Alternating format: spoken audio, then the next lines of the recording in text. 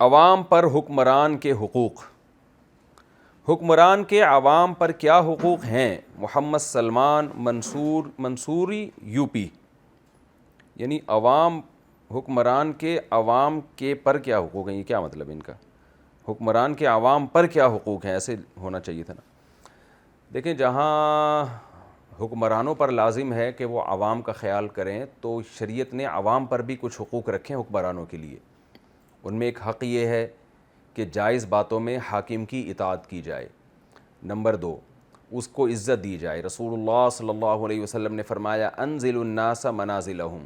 کسی کو اللہ نے کوئی مرتبہ دیا ہے نا، تو آپ صلی اللہ علیہ وسلم نے فرمایا لوگوں سے ان کے مرتبے کے موافق پیش آؤ. تو کسی کو بھی اللہ نے چاہے دنیاوی عزت بھی دی ہو، تو ہمیں پھر حکم یہی ہے کہ ہم بھی اس کو رسپیکٹ دیں، اس کو اس کے مرتبے کے حساب سے عزت دیں ہم. تیسری چیز، اس میں اگر کوئی خامی ہے تو احترام کے ساتھ اس برائی پر اس کو مطلع کیا جائے. جیسے کہ حضرت عمر رضی اللہ تعالیٰ عنہ نے لوگوں میں اعلان کیا تھا، بھئی مجھ میں کوئی خرابی ہو تو مجھے بتایا جائے. تو اگر صرف حکمرانوں کی چاپلوسی کی جائے، ان کی برائی ان کے سامنے بیان نہ کی جائے، تو اس سے حاکم اور زیادہ خراب ہو جاتا ہے. لیکن اس میں بھی اس کی عزت اور احترام کا خیال کیا جائے.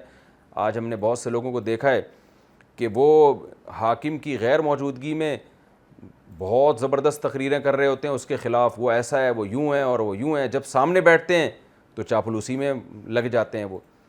تو یا بعض دفعہ سامنے بیٹھتے ہیں مگر نصیحت ایسے کرتے ہیں کہ وہ نصیحت کم اور اس کو رسوا کرنا زیادہ ہوتا ہے. تو رسوا کرنے کی اجازت نہیں ہے. جب سامنے بھی اس کو نصیحت کی جائے تو عزت اور احترام کا خیال کرتے ہوئے. جیسے کہ آپ دیکھیں کہ اللہ تعالیٰ نے حضرت موسیٰ علیہ السلام کو بھیجا فرعون کے پاس. آپ بتائیے، فرعون سے زیادہ طاقتور اس زمانے میں کوئی حاکم نہیں تھا، اور فرعون سے زیادہ ظالم بھی کوئی نہیں تھا. اور دوسری طرف موسیٰ علیہ السلام ہیں جن سے افضل اس وقت اس کائنات میں کوئی بھی نہیں تھا. یعنی اس وقت کائنات میں حضرت موسیٰ سے افضل کوئی بھی نہیں تھا. لیکن قرآن کیا کہہ رہا ہے حضرت موسیٰ علیہ السلام کو کہ جب آپ اس ظالم بادشاہ کے پاس جائیں جس نے ہزاروں انسانوں کا قتل کیا ہے، تو قولا لہو قولا لینا، آپ نے نصیحت اس کو نرم انداز میں کرنی ہے. تو آج ہم ان چیزوں سے غافل ہو چکے ہیں. بہت سے لوگ کیا کرتے ہیں، توہین آمیز لب و لہجہ اختیار کرتے ہیں کسی بھی بڑے کو سمجھانے کے لیے یا حاکم کو سمجھانے کے لیے. وہ سمجھتے ہیں اس سے جناب لوگوں میں ہمارا یہ امیج بنے گا کہ ہم حق پرست ہیں.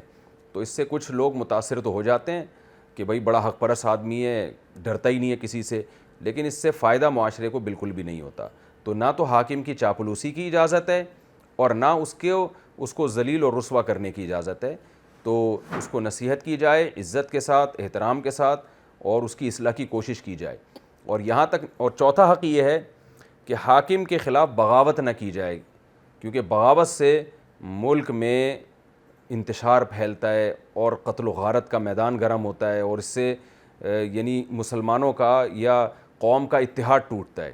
تو یہ چند موٹے موٹے حقوق ہیں جو قرآن و سنت میں بیان کیے گئے. نبی صلی اللہ علیہ وسلم نے فرمایا اسمعوا واطیعوا ولو سلط علیکم رجل حبشی کأن رأسہ ذبیبہ.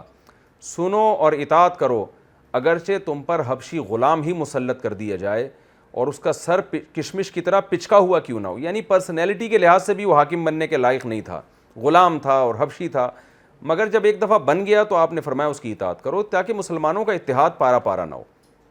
تو یہ 4 باتوں کا خاص طور پہ خیال کرنا چاہیے حکمرانوں کے بارے میں، جن کو میں دوبارہ ریپیٹ کر دیتا ہوں. نمبر 1، جائز کاموں میں ان کی اطاعت کی جائے. نمبر 2، ان کی عزت کی جائے. نمبر 3، ان کو اگر ان میں کوئی برائی ہے تو احترام کے ساتھ اس برائی پر ان کو مطلع بھی کیا جائے. یہ نہیں کہ ہر وقت ان کی چاپلوسی میں ہی لگا رہے انسان. اور چوتھی چیز، ان کے خلاف تلوار نہ اٹھائی جائے.